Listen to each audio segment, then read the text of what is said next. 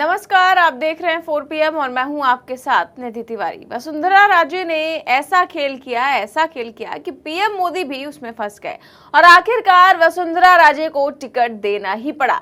जी हां, राजस्थान विधानसभा चुनाव के लिए भारतीय जनता पार्टी ने अपनी दूसरी सूची जारी कर दी है।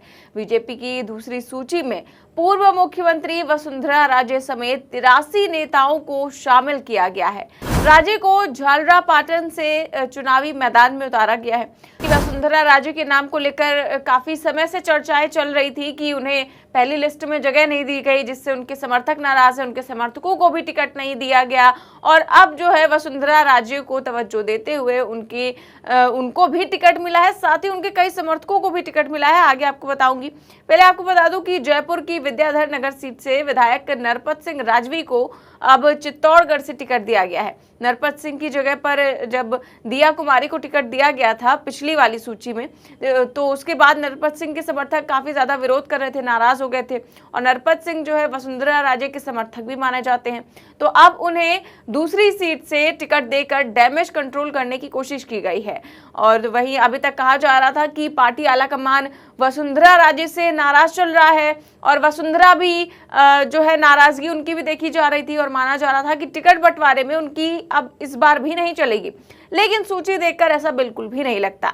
बीजेपी इस दूसरी सूची में वसुंधरा कैंप के कई नेताओं को टिकट मिला है, जिसमें प्रताप सिंह सिंघवी, अशोक डोगरा, नरपत सिंह राजवी, श्रीचंद कपलानी, कालीचरण सराफ, कैलाश वर्मा, सिद्धि कुमारी, हेम सिंह भड़ाना, अनीता पटेल, कन्हैया लाल का नाम शामिल है। इसके साथ ही वसुंधरा राजे की एक और वफादार सिद्धि कुमारी को टिकट मिला है, जो कि बीकानेर के पूर्व शाही परिवार से ताल्लुक रखती हैं। तो लगभग कई नेताओं को, 1 दर्जन नेताओं को जो है टिकट दिया गया है वसुंधरा के समर्थकों को। जिस तरह से पहली सूची में अनदेखी की गई थी, इस बार उन सभी को डैमेज कंट्रोल करने की कोशिश की गई है।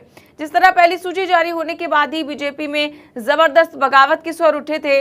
पार्टी ने पहली सूची में 41 नामों का ऐलान किया था, जिनमें से दर्जन भर सीटों पर नेता बगावत का ऐलान कर चुके थे। ऐसे में दूसरी लिस्ट को लेकर बीजेपी ने काफी सतर्कता बरती है।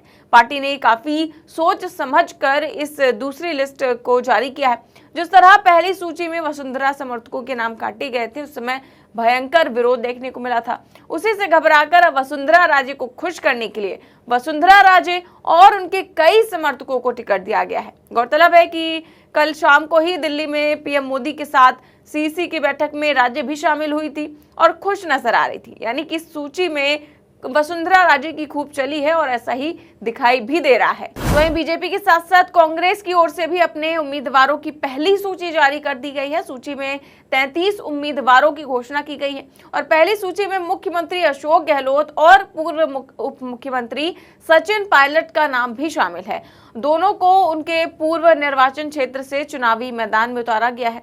मुख्यमंत्री अशोक गहलोत को सरदारपुरा से टिकट दिया गया है, तो वहीं सचिन पायलट टोंक से फिर से चुनावी मैदान में उतरे हैं। तो कांग्रेस ने भी अपनी लिस्ट जारी कर दी है और बीजेपी की ये दूसरी लिस्ट है, जिसमें वसुंधरा राजे और उनके तमाम नेताओं को टिकट दिया गया है। जब तमाम सर्वे सामने आ गए कि वसुंधरा राजे के बगैर बीजेपी चुनाव हार सकती है, तब जाकर इस तरह का फैसला लिया गया है। अभी 4 दिन पहले ही एबीपी का सर्वे सामने आया था, जब सर्वे में ये सवाल किया गया था कि वसुंधरा राजे को सीएम चेहरा घोषित न करने पर बीजेपी को फायदा होगा या फिर नुकसान होगा।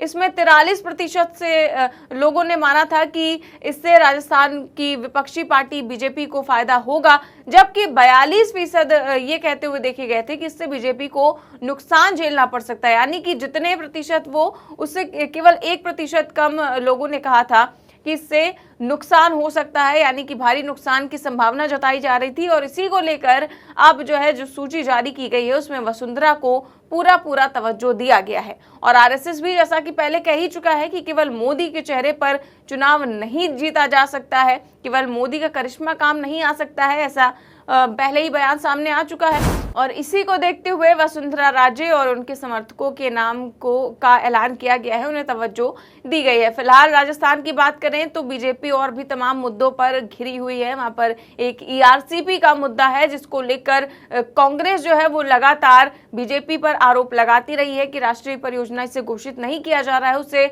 वहां के किसान भी काफी ज्यादा नाराज है, क्योंकि 2019 के चुनाव से पहले पीएम मोदी जब राजस्थान दौरे पर थे तभी उन्होंने कहा था कि ईआरसीपी को राष्ट्रीय परियोजना घोषित करेंगे। उसको लेकर तमाम दावे किए गए थे, लेकिन वो जुमला साबित हुए थे।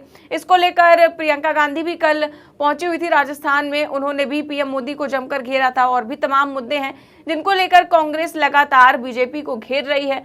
ये ईआरसीपी का जो जुमला है जो आपको दिया गया, यही चीज थी। ये सिर्फ एक नहर की परियोजना नहीं थी ये, बल्कि दौसा और आसपास के 12 जिलों के लिए जीवनदायिनी गंगा के समान है।